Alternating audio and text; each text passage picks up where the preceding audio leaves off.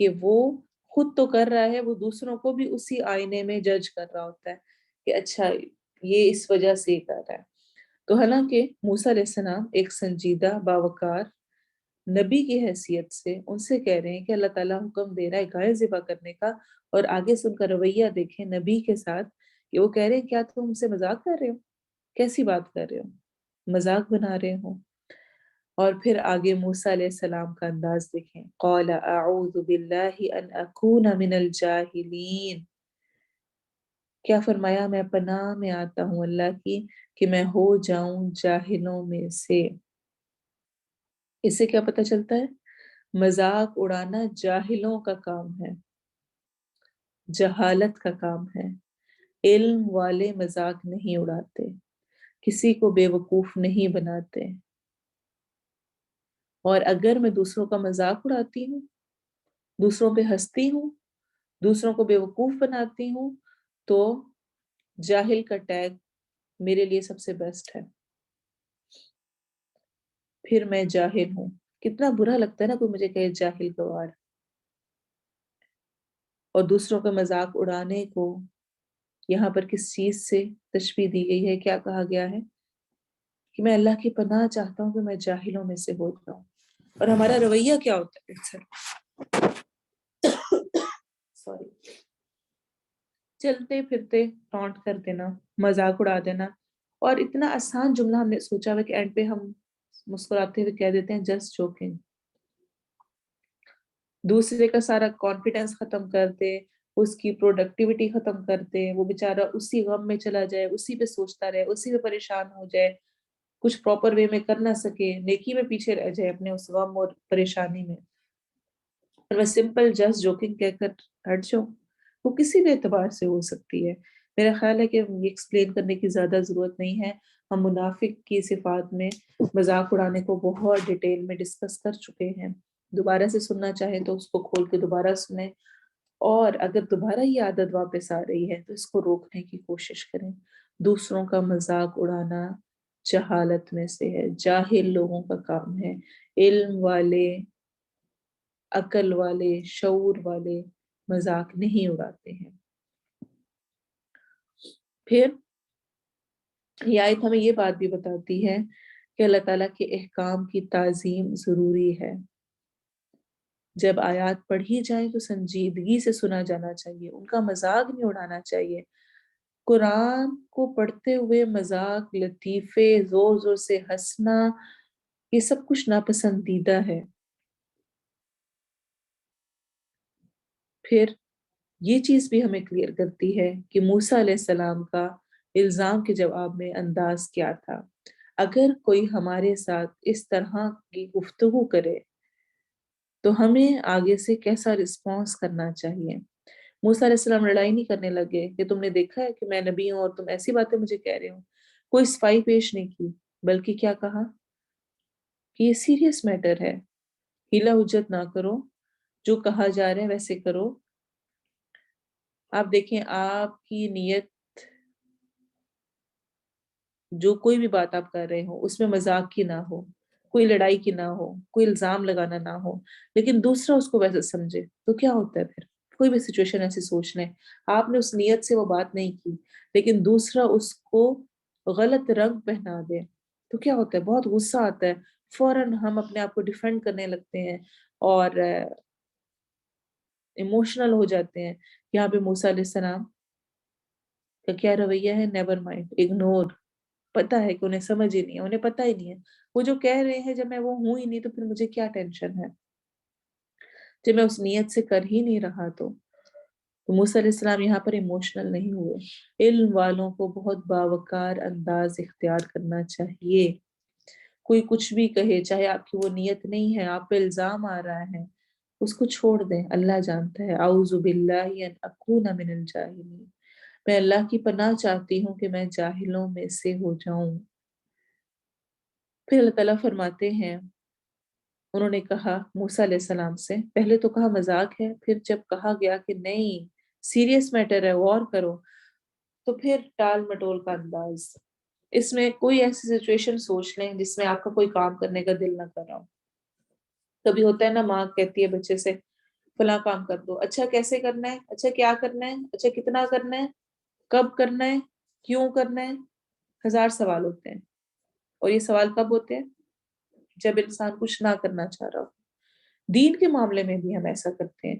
جس اللہ کے حکم پر عمل نہ کرنا, وہاں پر سوالوں کی لمبی لسٹ ہوتی ہے. اگر ایسے ہو جائے, اگر ایسے نہ ہو, اگر ویسے ہو جائے, اگر یہ حالات ہوں, میں اس کنٹری میں ہوں تو کیا یہ حکم چینج ہو جائے گا, میں اس فلاں بندے کے ساتھ ہوں تو کیا حکم چینج ہو جائے گا, اور بہت ساری چیزیں. تو وہ نہ کرنے کے بہانے ہوتے ہیں. اس کو بھی ہم آگے انشاءاللہ دیکھیں گے. بہرحال انہوں نے کہا قالوا ادعوا لنا, دعا کرے ہمارے لیے اپنے رب سے, یبین لنا ما ہی, بیان کرے کیسی ہو وہ. سمپل ایک گائے کا حکم تھا, کوئی گائے لیتے ذبح کرتے ہوتے, لیکن سوال کر کے ہم خود کو خود ہی پھنساتے ہیں.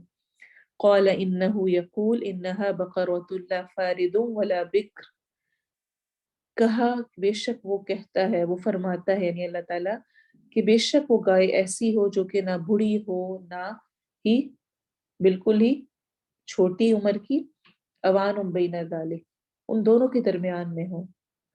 فَفَعَلُوا مَا تُؤْمَرُونَ, بس کرو جو تمہیں حکم دیا جا رہا ہے. موسیٰ علیہ السلام اس پر ان کو سمجھا رہے ہیں. یہ آیت ہمیں کیا بتا رہی ہے؟ پہلی بات تو یہ کہ موسیٰ علیہ السلام کی دعائیں قبول ہوتی تھی. اللہ کے مقرب بندوں کی دعائیں قبول ہوتی ہیں. انہوں نے اللہ تعالیٰ سے دعا کی, پوچھا, اللہ تعالیٰ کا جواب آیا, ان کو بتایا گیا کہ وہ کیسے ذبح کریں. اور ساتھ ہی ہمیں یہ بھی پتہ چلتا ہے کہ بنی اسرائیل کی سرکشی کس حد تک تھی, اور انہیں اللہ اور اس کے رسول کا کچھ بھی احترام نہ تھا. خود نہیں کہہ رہے بلکہ کہہ رہے اپنے رب سے پوچھ کر آؤ ہمارے لیے. یہ رویہ پہلے بھی ہم دیکھ چکے ہیں. اور سب سے اہم چیز جو کہ اس آیت پہ غور طلب ہے وہ ہے فَفَعَلُوا مَا تُؤْمَرُونَ, بس کر گزرو جو تم حکم دیے جا رہے ہو. میرے لیے بھی یہ ہے, ہم سب کے لیے. کر گزرو جو کرنے کا حکم ملا ہے. جو پتہ چلے, جس چیز کو کرنا ہے اس کو ڈیلے نہیں کرو, حجت بازی نہیں کرو. سمعنا و اطعنا, سنا ہم نے اور مان لیا. مقصد پر نظر. اور یہ ہمیں یہ بات سمجھاتی ہے کہ نیکی کے کام میں دیر نہیں کرنی چاہیے. جو پتہ چلے اس کو فوراً کر دینا چاہیے. جو ذہن میں خیال آئے اس کو فوراً پورا کریں. نیکی کے خیال میں اور برائی کے وسوسے میں یہی فرق ہے. نیکی کا خیال ایک دفعہ آتا ہے اور پھر غائب ہو جاتا ہے, اور وسوسہ شیطان کی طرف سے جو ہوتا ہے, جو برائی پر ہوتا ہے, وہ بار بار آتا ہے. کر لو, بول دو فلاں کو, سنا دو, یہ کر دو, وہ کر دو. اور نیکی کا انسان سوچتا ہے اور بعد میں کہتا ہے اوہ میں نے سوچا تھا, ذہن میں آیا بھی تھا, پھر بھول گئی. تو جیسے ہی موقع ملے فوراً کر گزرنا چاہیے. اللہ تعالیٰ قرآن میں مختلف مقامات میں بار بار ہمیں اس چیز کی یاد دہانی دلاتے ہیں کہ نیکی کی طرف صرف چلنا ہی نہیں ہے, فوراً کرنا نہیں, اس کی طرف دوڑنا ہے, جلدی کرنی ہے. سارعوا الی مغفرۃ من ربکم, جلدی کرو اپنے رب کی مغفرت کی طرف. ایک اور جگہ اللہ تعالیٰ فرماتے ہیں فَفِرُّوا الی اللہ, بس دوڑو اللہ کی طرف, دوڑ کر آؤ. کبھی دوڑ لگائی آپ نے, کبھی دوڑ ہوتی دیکھی آپ نے؟ جب کوئی دوڑا ہوتا ہے, ریس میں ہوتا ہے, تو کیا وہ ادھر ادھر دیکھ رہا ہوتا ہے کتنے لوگ بیٹھے ہوئے ہیں, کون مجھے دیکھ رہا ہے, کس نے کیسے کپڑے پہنے ہوئے ہیں, اور یہ ارد گرد کا راستہ کیسا ہے, اس کے اندر جس روڈ پہ میں چل رہا ہوں اس پر وہ کس طرح کا پینٹ ہے, کیا چیز لگی ہوئی ہے, کیسی بجری ہوئی ہے, میرے آس پاس کے جو ساتھ دوڑ لگا رہے ہیں وہ کیسے ہیں. کچھ بھی نہیں. دوڑ والے کو صرف یہ فکر ہوتی ہے کہ میں نے ریس اس اپنے پوائنٹ تک پہنچنا ہے جو کہ میرے لیے متعین کیا گیا ہے, مجھے بتایا گیا ہے. اور ایسی ہی دوڑ اللہ تعالیٰ ہم سے چاہتا ہے کہ دنیا سیکنڈ پرائرٹی اور آخرت فرسٹ پرائرٹی. اللہ کی طرف دوڑو, فَفِرُّوا إِلَى اللَّهِ. اور اس طرح اللہ المطففین میں بھی فرماتے ہیں وَفِي ذَلِكَ فَلْيَتَنَافَسِ الْمُتَنَافِسُونَ, اور یہ وہ چیز ہے بس چاہیے کہ سبقت لے جانے والے, مقابلے کرنے والے اس میں سبقت لے جائیں. اس کے مقابلے کریں. تو یہ منافقین کی صفت ہوتی ہے وَإِذَا قَامُوا إِلَى الصَّلَاةِ قَامُوا كُسَالَىٰ، کہ جب وہ نماز کے لیے کھڑے ہوتے ہیں تو سستی سے، ڈھیلے ڈھالے، مشکل سے کھڑے ہوتے ہیں. نیکیوں میں کراہیت کے ساتھ کرنا، مشکل سے کرنا، شکل بنا کے کرنا، کیا فجر کے لیے اٹھنا پڑے گا، عشاء کے لیے نماز پڑھنی ہے، اب یہ قرآن بھی پڑھنا پڑے گا، اب فلاں صدقہ بھی، مال بھی نکالنا پڑے گا، اب اخلاق بھی اچھا کرنا پڑے گا، اب یہ پردہ بھی کرنا پڑے گا، اب فلاں چیز بھی چھوڑنی پڑے گی. یہ مومن کی صفت نہیں ہے. اور اصل میں کر کیا رہے تھے؟ وہ بال کی کھال اتار رہے تھے کیونکہ وہ کرنا نہیں چاہتے تھے. اور نبی کیا حکم دے رہا ہے اور اللہ تعالیٰ نے ہمیں کیا بات سکھائی ہے؟ جب کوئی نیکی کرنے کو دل نہ کرے تو اس آیت کو سوچ لیجیے گا. فَفَعَلُوا مَا تُؤْمَرُونَ، بس کرو جو تمہیں حکم دیا جا رہا ہے، جو کہا جا رہا ہے اس کو کر دو. بہت دفعہ ہم دوسروں کی لان تان، دوسروں کی باتوں کی وجہ سے نہیں کرتے ہیں. کوئی کیا کہے گا، پہلے تو ایسی تھی اب ایسے ہو گئی ہے، کوئی کیا کہے گا کہ اب اس نے پردہ شروع کر دیا، اب یہ کرنے لگی، پہلے آج تک تو کبھی فلاں چیز نہیں کی، فلاں نہیں کیا. فَفَعَلُوا مَا تُؤْمَرُونَ، بس کرو جو تم حکم دیے جا رہے ہو، چھوڑ دو سب کچھ، بھول جاؤ. اللہ کی مدد ساتھ ہوگی، اللہ کے لیے کرو گے. یہ ہو نہیں سکتا کہ اللہ تمہاری مدد نہ کرے. آزمائش اور ٹیسٹ ہوتے ہیں لیکن اللہ کی مدد بھی ساتھ ہوتی ہے. جب دنیا والے بھی نہ مدد کر رہے ہوں تو ہم ہسٹری میں بے شمار مثالیں جانتے ہیں کس طرح آگ ٹھنڈی ہوئی، کس طرح دریا میں راستہ بن گیا اور کیا کیا کچھ نہیں ہوا. کائنات کی چیزیں مددگار ہو جاتی ہیں. بہرحال انہوں نے پھر کہا قالوا ادع لنا ربك يبين لنا ما لونها، انہوں نے کہا دعا کرو ہمارے لیے اپنے رب سے کہ وہ واضح کر دے ہمارے لیے اس کا رنگ کیسا ہو.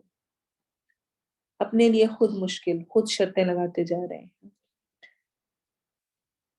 قال انه يقول انها بقرة صفراء فاقع لونها تسر الناظرين، کہا بے شک وہ فرماتا ہے بے شک وہ گائے زرد رنگ کی ہو. زرد شوخ کلر ہوتا ہے، سونے کے بچڑے سے ملتا جلتا، اسی لیے ان کو وہ کہا گیا. فاقع لونها، خوب گہرا ہو رنگ اس کا. تسر الناظرین، جو کہ دیکھنے والے کو خوش کرتے، خوش کرتی ہو دیکھنے والوں کو. بنی اسرائیل کی حجت بازی، ٹال مٹول اور بیجا سوال ہمیں نظر آ رہے ہیں. پہلے یہ کہ نہ بڑھیا ہو نہ بالکل چھوٹی ہو، درمیانی عمر کی ہونی چاہیے. انہوں نے کہا اچھا ٹھیک ہے، اب بتاؤ کلر کیسا ہو. کرنا نہیں چاہ رہے تھے نا، تو اب کچھ نہ کچھ بہانے چاہیے تھے. تو اللہ تعالیٰ نے وہ بھی بتا دیا. زرد رنگ، چمکتا ہوا کلر ہو، خوب گہرا شوق ہو. یہ صرف زرد کلر کے لیے فاقعہ کا ورڈ یوز ہوتا ہے. فاقع لونھا، اس کا رنگ. تسر الناظرین، جو کہ خوش کرتی ہو دیکھنے والوں کو. اس سے یہ پتہ چلتا ہے کہ کچھ چیزیں ایسی ہوتی ہیں جو کہ دیکھنے والوں کو خوش کرتی ہیں. اس پوائنٹ میں میرے ذہن میں دو چیزیں آ رہی تھیں، ان کو میں یہاں پہ شیئر کرنا چاہوں گی. ایک تو یہ کہ آپ جانتے ہیں کہ نیک بیوی کی کیا نشانی اور کیا کوالٹی بتائی گئی ہے حدیث میں، کہ وہ ایسی ہو کہ اس کا شوہر اس کو دیکھ کر خوش ہو جائے، اپنے شوہر کو خوش کرنے والی ہو.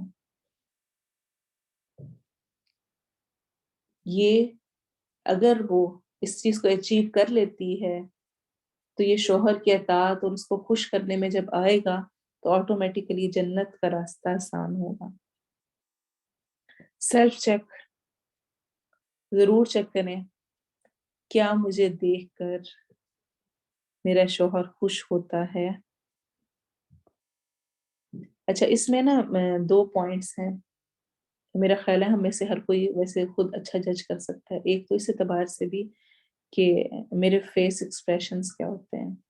اکثر ہم اپنے گھر کی ان چیزوں میں اتنے الجھے ہوئے ہوتے ہیں کہ ہم ماتھے پہ بل ہیں، چہرے پہ سخت ناگواری ہے بچے کو سنبھالتے کرتے ہوئے اور گھر کے کام کرتے ہوئے اور دوسری چیزیں کرتے ہوئے، کہ کہیں سے دوسرے کو دیکھ کر آپ کو خوشی نہیں ہو سکتی. اور کبھی اتنا چڑچڑا رویہ ہے، کبھی غصے والا ہے، کبھی شکایتی رویہ ہے، یہ ہو گیا وہ ہو گیا، لمبی لسٹ ہے، شوہر کے آتے ہی ایک لمبی کہانیاں ہیں، نند کے ساتھ یہ ہو گیا، ساس کے ساتھ یہ ہو گیا، اور بچوں نے یہ کر دیا اور خود اپنا یہ ہو گیا. کیا وہ خوش کر دے گی؟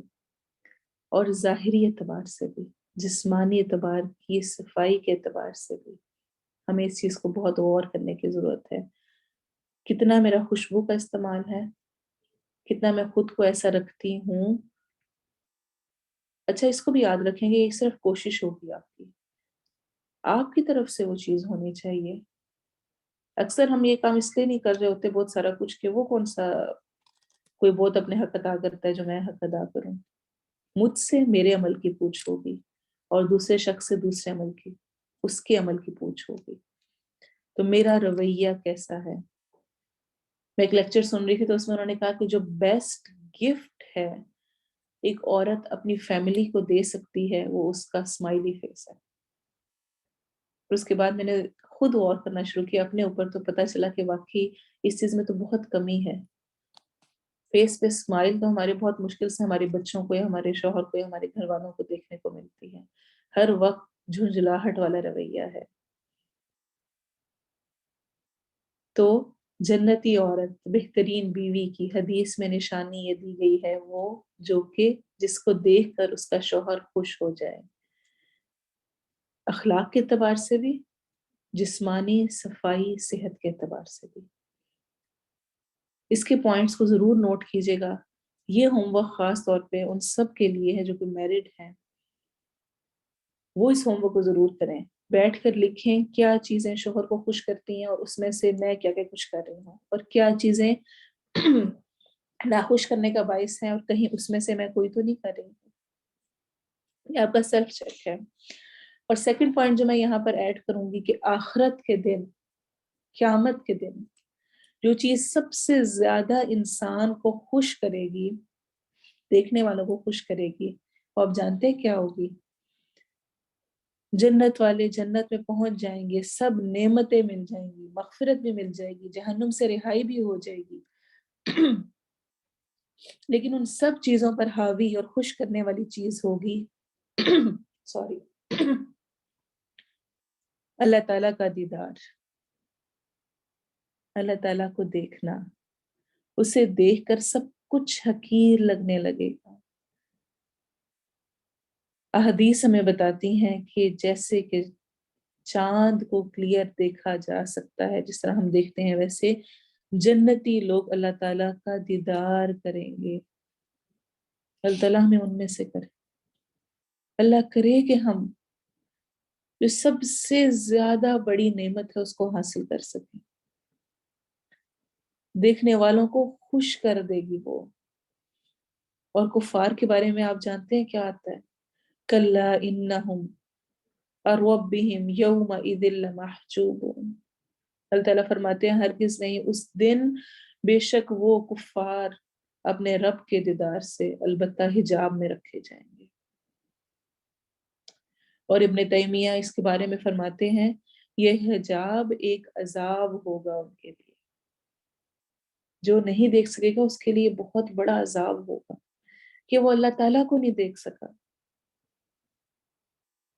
تو سب سے خوبصورت ترین کے دیدار سے محرومی سے بڑا عذاب کوئی نہیں. اور آپ دیکھیں اس اعتبار سے بھی کہ اسلام میں جو پردے کا کانسیپٹ دیا گیا ہے نا، وہ عورت کو بہت پریشس، واقعی وہ بہت قیمتی ہے، ایسی ہے کہ جو کہ خوش کر دیتی ہے دوسرے کو. اللہ نے عورت کے اندر یہ چیز رکھی ہے کہ اس کو دیکھ کر دوسرا خوش ہو جاتا ہے، اسی لیے اس کو کور کرنے کا حکم دیا گیا ہے. اسی لیے اس کی ساری جو اس کو دیکھ کر خوش ہونے والی جو یہ چیز ہے، یہ شوہر کے لیے دی گئی ہے.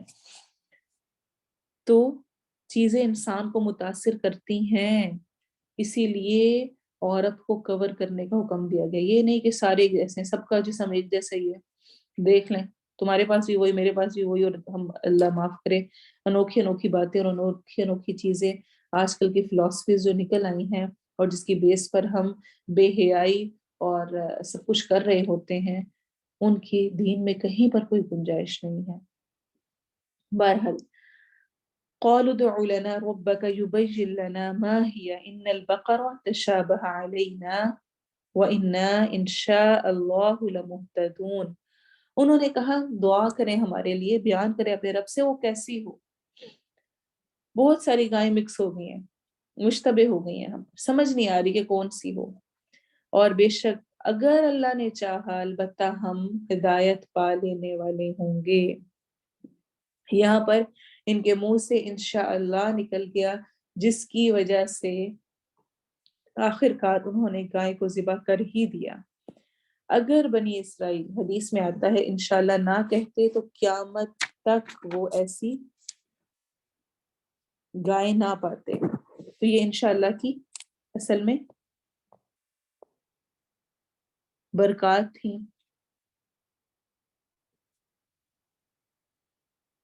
اس کی وجہ سے وہ یہ کام کر پائے۔ جب انسان کی سچی نیت ہو اور اس کے ساتھ وہ انشاءاللہ کہے تو اللہ تعالیٰ کی مدد ضرور آتی ہے، وہ ضرور وہ کام اس سے کروا لیتا ہے۔ لیکن جب نیت خراب ہو تو وہ کام نہیں ہو سکتا، اور اکثر ہم نے جو کام نہیں کرنا ہونا اس میں ہم کہہ رہے ہوتے ہیں انشاءاللہ میں یہ کروں گی، تو اس کو مذاق بھی نہیں بنانا چاہیے۔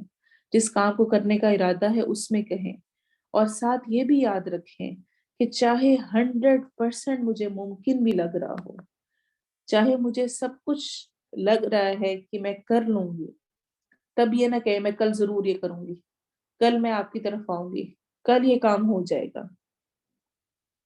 چاہے 100% آپ شور ہیں کہ یہ کام کر لیں گے، تب بھی یہ یقین رکھیں کہ ایک طاقت ہے جو کہ میری ارادوں کے علاوہ بھی کوئی فیصلہ کر سکتی ہے۔ ضروری نہیں کہ جو میں کہہ رہی ہوں ویسے ہو جائے گا۔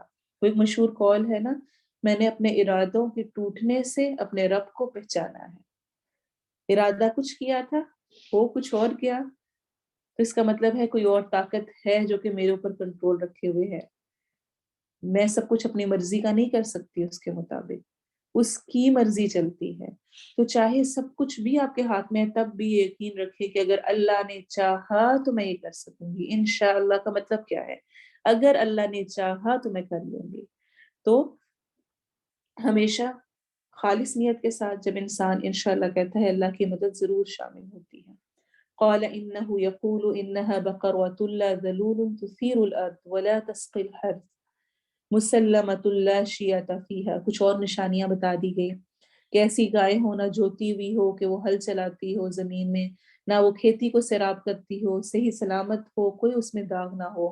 قالوا الحق، انہوں نے کہا اب لایا ہے نا تو حق، حالانکہ وہ پہلے بھی حق ہی لائے تھے۔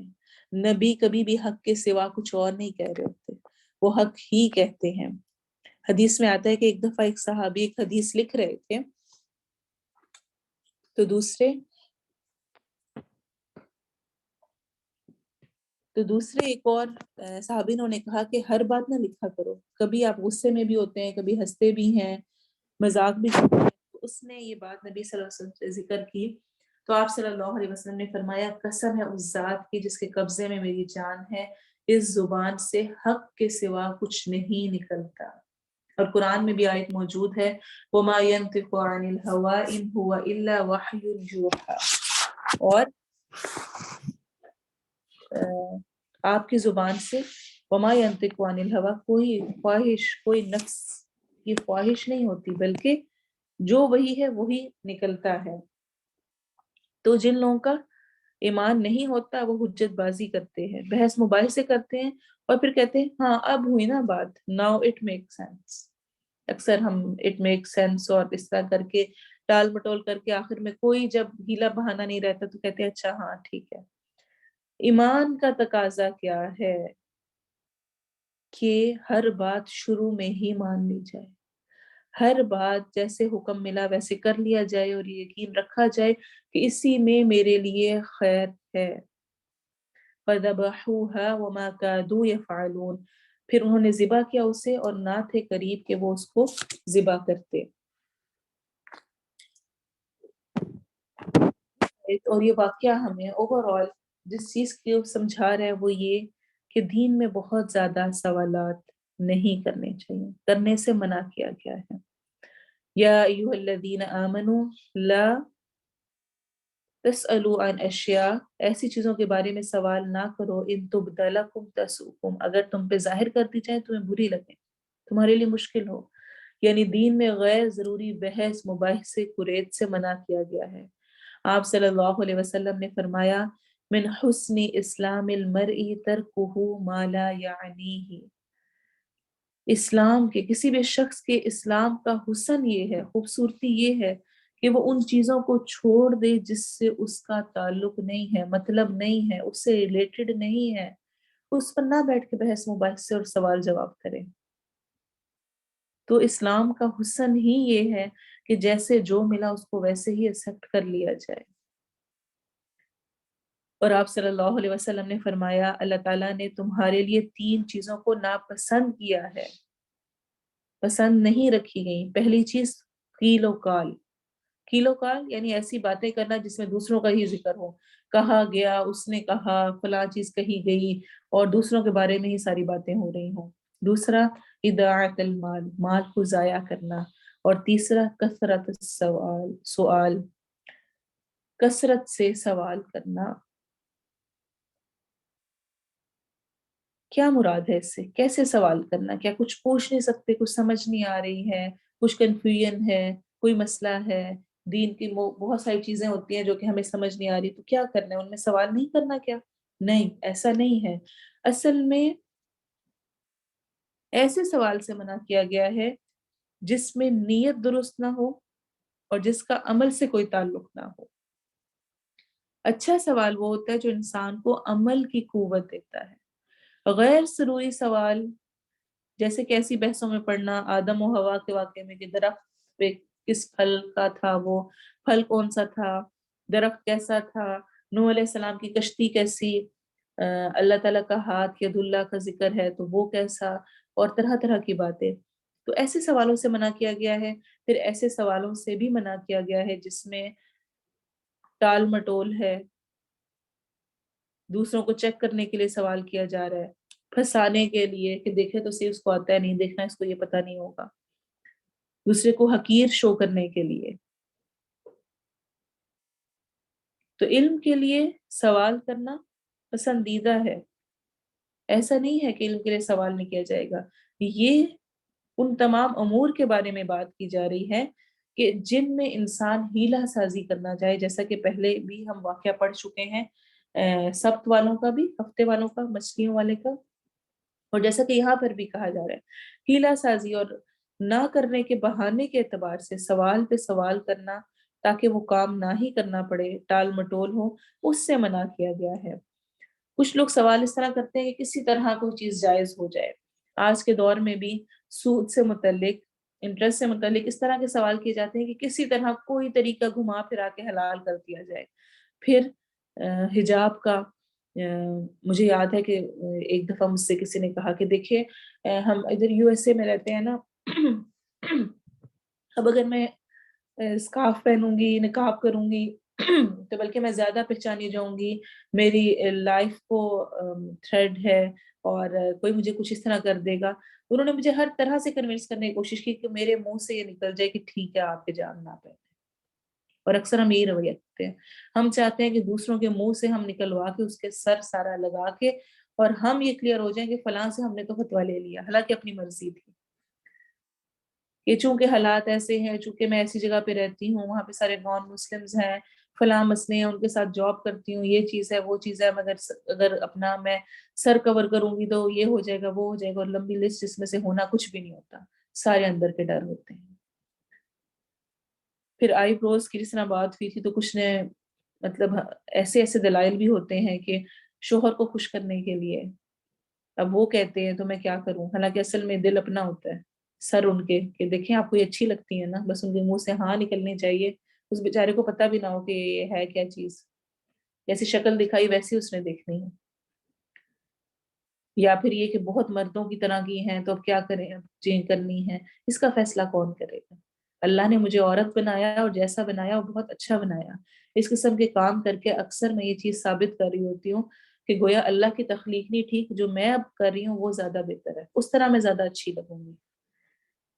پھر اکثر ہم بد اخلاقی کر کے بھی جواز دے رہے ہوتے ہیں کہ دراصل فلاں نے اتنا برا یہ کیا، اس لیے میں ایسے بولی، اس لیے میں نے یہ رویہ کیا، اور ہم چاہتے ہیں دوسرا کہ ہاں تم نے بالکل ٹھیک کیا، حالانکہ بد اخلاقی کسی طور پہ جائز نہیں، ایسے ہی قطع تعلقی کا بھی ایسے ایسے جواز پیش کرتے ہیں اور چاہتے ہیں کہ دوسرے کے منہ سے سنیں کہ ہاں ٹھیک ہے، بالکل نہ ملو تم فلاں سے، قطع تعلقی کر لو۔ حدیث کیا کہتی ہے؟ قطع رحمی کرنے والا، قطع تعلقی کرنے والا جنت میں نہیں جائے گا۔ تو چاہے آپ جتنے مرضی جواز دے لیں، بہرحال وہ کسی طور پہ حلال نہیں ہو سکتی۔ اور حدیث میں آتا ہے، آپ صلی اللہ علیہ وسلم نے فرمایا، اسلام میں سب سے بڑا مجرم وہ ہے جس کے سوال کرنے کی وجہ سے کوئی چیز حلال تھی اور پھر حرام کر دی گئی، اور ایسے ہی حرام چیز کو حلال کرنے کی کوششیں کرنا۔ تو اس قسم کے رویے سے بچنا چاہیے، اور جیسے جو حکم ملے اس کو ویسے ہی لے لینے میں ہی ہمارے لیے خیر ہے۔ وَإِذْ قَتَلْتُمْ نَفْسًا فَادَّارَأْتُمْ فِيهَا، اب کیا ہوا؟ اس واقعے کا ہی ذکر ہے جس پر یہ گائے ذبح کرنے کا حکم دیا گیا تھا اصل میں۔ اچھا، اس پر جانے سے پہلے میں اس پوائنٹ کو اور کلیئر کر دوں کہ علم کے لیے سوال کرنا پسندیدہ ہے۔ جیسے کہ آپ کے گروپس ہوتے ہیں، اس میں آپ کویسچن کرتے ہیں، آپ کو کوئی چیز سمجھ نہیں آئی، کچھ کنفیوژن ہے، کچھ سیکھنا چاہتے ہیں، کچھ سکھانے کے لیے میں آپ کو کوئی کویسچن دیتی ہوں، آپ کچھ سمجھنے کے لیے پوچھتے ہیں، خود کو کلیئر کرنے کے لیے، وہ سب بہت پسندیدہ ہے، وہ ہونا چاہیے، اس کے بغیر علم مکمل نہیں ہے۔ اور مجھے بہت پسند ہے یہ ایک مشہور قول کہ سوال کرو بے وقوفوں کی طرح اور جواب دو عقل مندوں کی طرح۔ آپ کے سوال کی وجہ سے دوسرے لوگوں کو بھی اگر کوئی چیز کلیئر ہو رہی ہے تو آپ کے لیے اس پر اجر ہے۔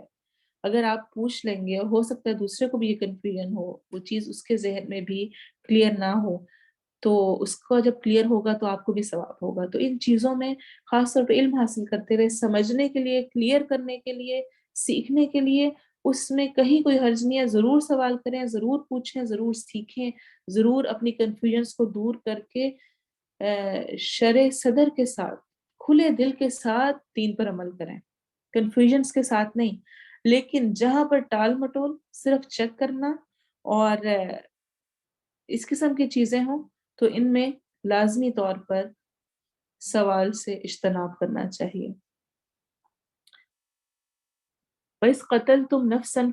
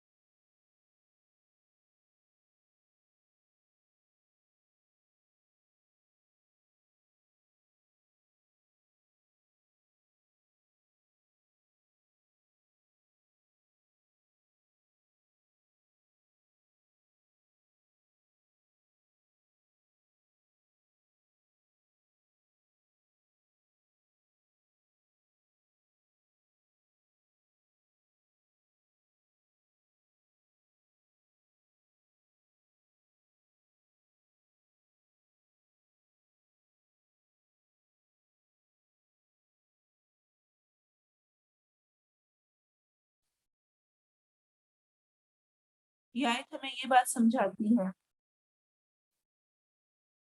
کہ انسان اگر کچھ بھی چھپ کر کرتا ہے اللہ تعالیٰ اس کو ظاہر کر سکتا ہے۔ یوم تبلی السرائر، اس دن سب راز کھول کر سامنے رکھ دیے جائیں گے۔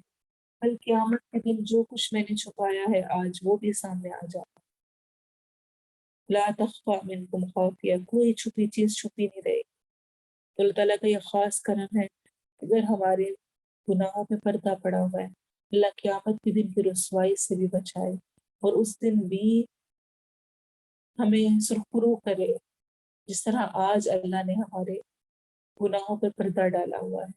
اللہ تعالیٰ ہمیں جو کچھ سنا ہے اس پر عمل کی توفیق دے، اور ہم سے جو نیتیں ہم نے کی ہیں ان اعمال کو کرنے کی توفیق دے، اور ہم سے قبول کرے۔ ان آیات کی تلاوت سنیں، جو کچھ آپ نے سنا ہے اس پر عمل کرتے ہوئے، غور کرتے ہوئے۔ وَإِذْ قَالَ مُوسَى لِقَوْمِهِ إِنَّ اللَّهَ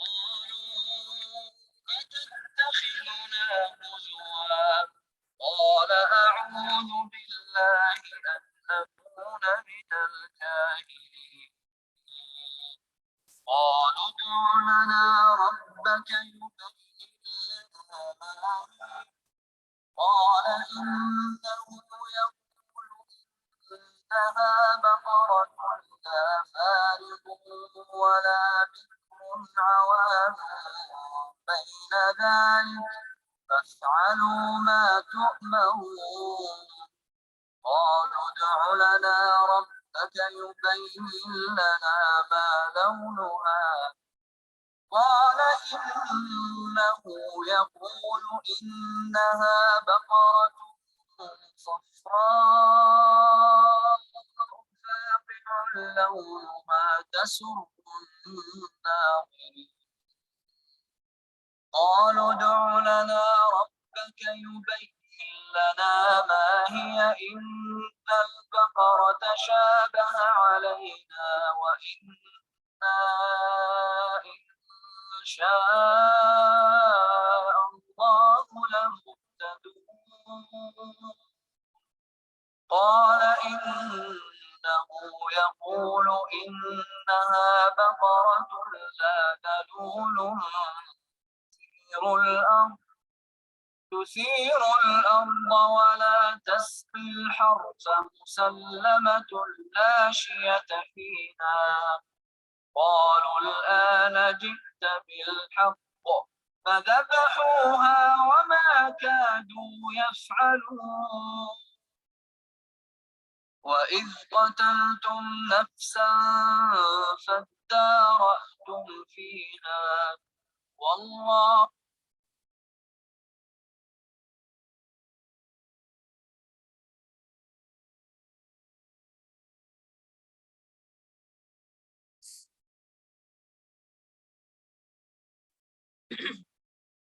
سبحانك اللهم وبحمدك أشهد أن لا إله إلا أنت أستغفرك وأتوب إليك سبحان ربك رب العزة عما يصفون وسلام على المرسلين والحمد لله رب العالمين. السلام عليكم ورحمة الله وبركاته.